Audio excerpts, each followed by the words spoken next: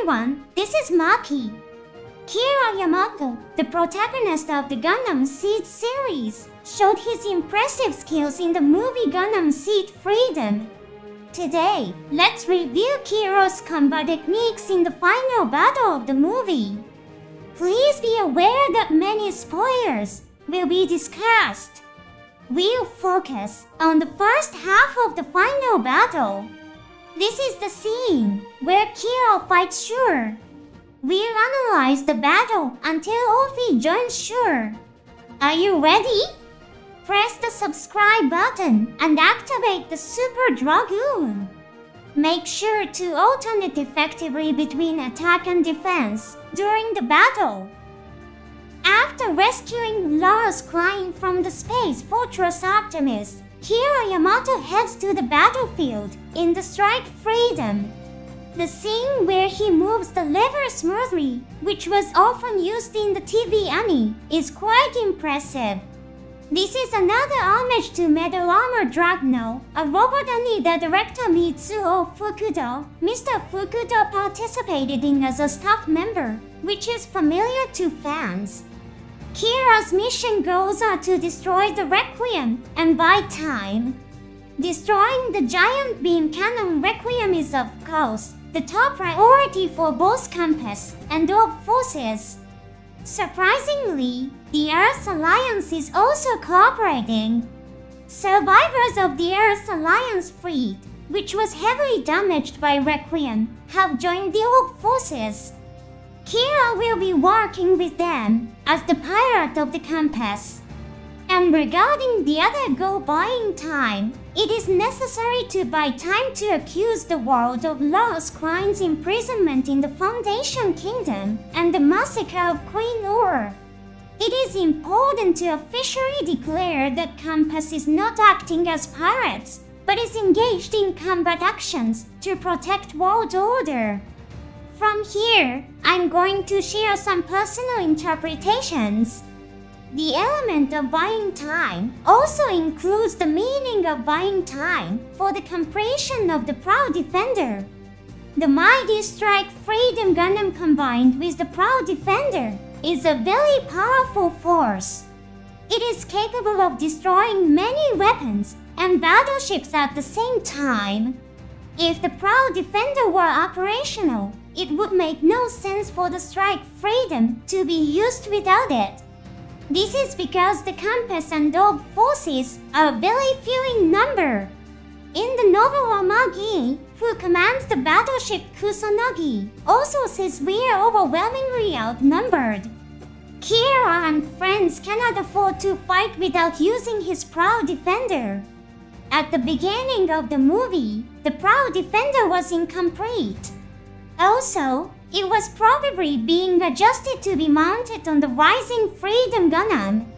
The time between Compass theft of the battleship Millennium and the beginning of the conflict with the Foundation Kingdom is very short. The maintenance staff must be scrambling to adjust the Proud Defender so that it can be used by the Strike Freedom. I think Kira also had to buy time to finish the Proud Defender. Kira begins his attack with the Super Dragoon. He is equipped with 2 beam rifles and 3 new model railguns. A little later you can see that he also has a railgun on his right hip. The idea of the protagonist going into the final battle heavily armed is a throwback to the original Gundam series. With the 2 beam rifles, Kira attacks in 2 different directions. This is a technique often used in Sea Destiny. It's a kind of fan service moment. But it's not just fan service, it also adds new elements. When the Strike Freedom attacks with its beam rifle, the Gundam stops moving. With Kira's high skill level, he could attack without stopping. However, by stopping, it gives the enemy the opportunity to think that they can attack Strike Freedom and they move closer. This enemy behavior is actually caused by Kira's strategy. The scene cuts to the cockpit. Kira looks ahead and while he's in that state, the Zaku is destroyed by the Super Dragoon. He's using himself as a decoy to lure the enemy in and then destroy it. In Sea Destiny, there is a scene where Kira is hit by an attack from Gulf Ignited Slayer Whip immediately after using 2 beam rifles. Perhaps Kira analyzed what he learned from that incident and came up with this tactic. This is a tactic often used by ace pilots in the Gundam series. Graham Mecha from Gundam 00 is particularly memorable. Graham's subordinates work in pairs. One acts as a decoy to lure the enemy, while the other destroys the enemy with a powerful beam cannon. Graham himself has used this strategy alone, acting as a decoy to lure the enemy out, then using his high-powered engines to rapidly slow down and launch an attack with his braid. Here, Kira uses the same tactics as Graham, though the subtleties of his method differ. It might be better to call it the Yamato Special. A light similar to that of a new type appears on Kira's forehead after he destroys the enemy. A powerful enemy pirate attacks Kira. This person is Graham. Oops, my mistake. It's actually Shura Serpentine, voiced by Yuichi Nakamura, who has the same voice as Graham, who attacks Kira. He blocks the enemy's heat sword with his beam shield. Kira hides behind the beam shield and activates his hip-mounted rail cannon. The light from the impact is used to hide the deployment of the rail cannon from the enemy's view. Sure, Fukin Red Mines deflects the beam shield and defends herself. At that moment, Black Knight Squad Shiva remains stationary as Strike Freedom moves backward.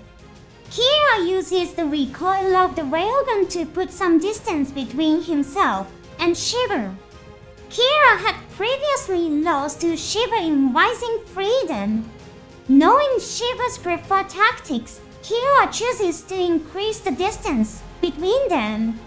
Against Shiva, who has Femtech armor, Strike Freedom is at a disadvantage as it is primarily equipped with beam weapons, although it also has a railgun. It's a newly used weapon, so its effectiveness against the enemy is uncertain at this point. Kira's expression is very tense. He starts attacking with the beam rifle. However, Strike Freedom's attacks are directed at Shiva's duplicates.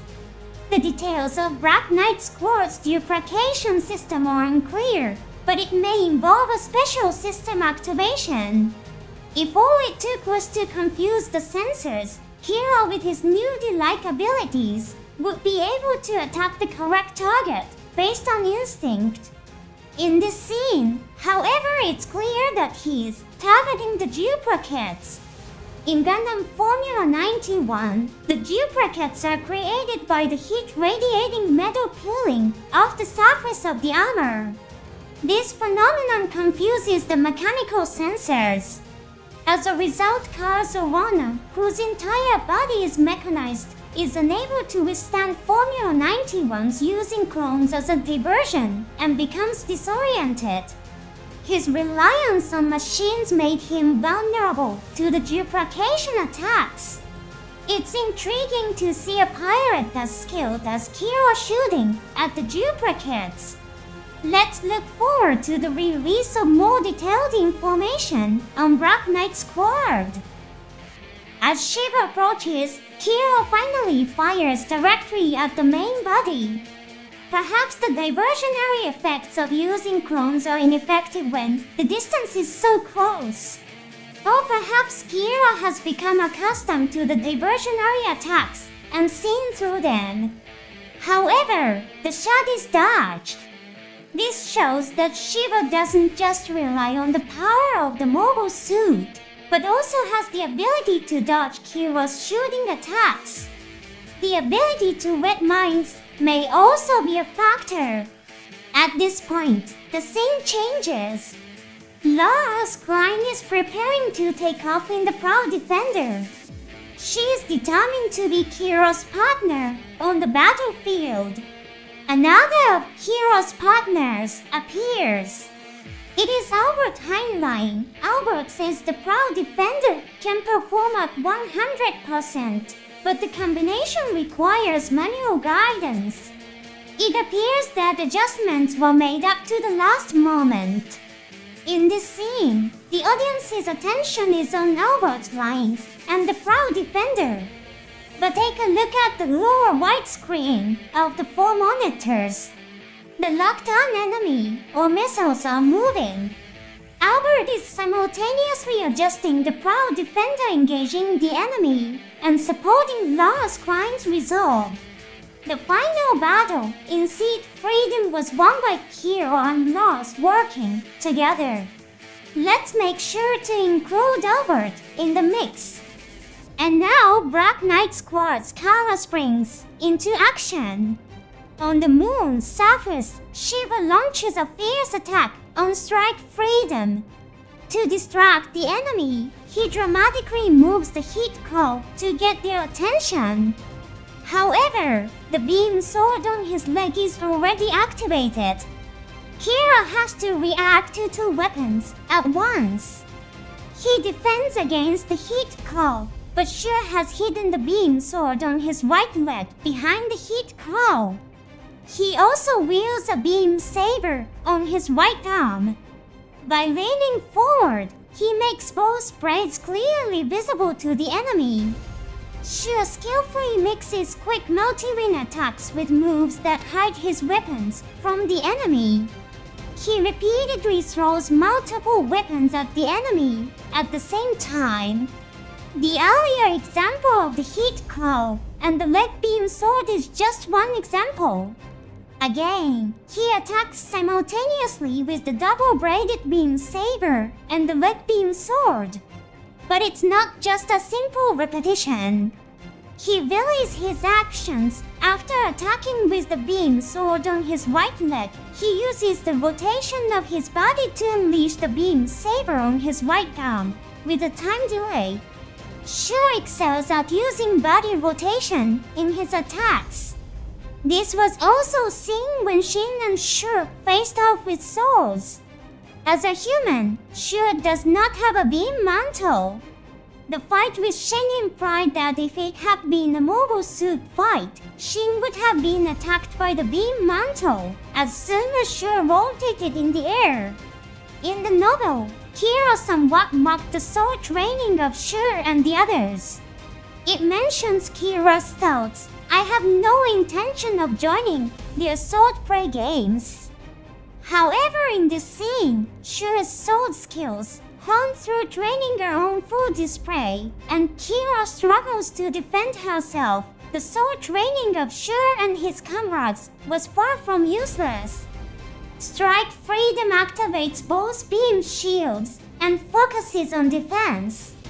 Shura's continuous attacks are very fast and relentless. Eventually, one of the beam rifles is destroyed. For fans who love the combined beam rifle of Strike Freedom, this is a tragic moment.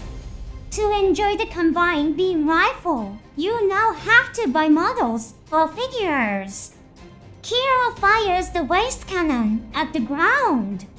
He uses the explosion and smoke to obscure the enemy's vision and the recoil to create distance between them. This tactic of firing weapons at the ground instead of the enemy was used by Marco Moasim in his battle against the Stray Gundam. Kira, who saved Lois with Nicole's strategy, escapes this predicament with Moasim's strategy. The first half of the battle ends when Kira dodges Shiva's attack. Orphe and Ingrid, piloting Kara from the Black Knight Squad, join in to support Shura. Kira finds himself in an even more desperate situation. Can he win? It's Kira alone against Orphe, Shura and Ingrid. The odds are against him. But don't worry. Kira fights with the ghosts of Nicole Molasin and even Graham at his side. Ha! Graham isn't dead. Let's not worry about the details. Next time we'll analyze the second half of Strike Freedom Type 2's battle. Thank you for watching to the end. See you in the next episode.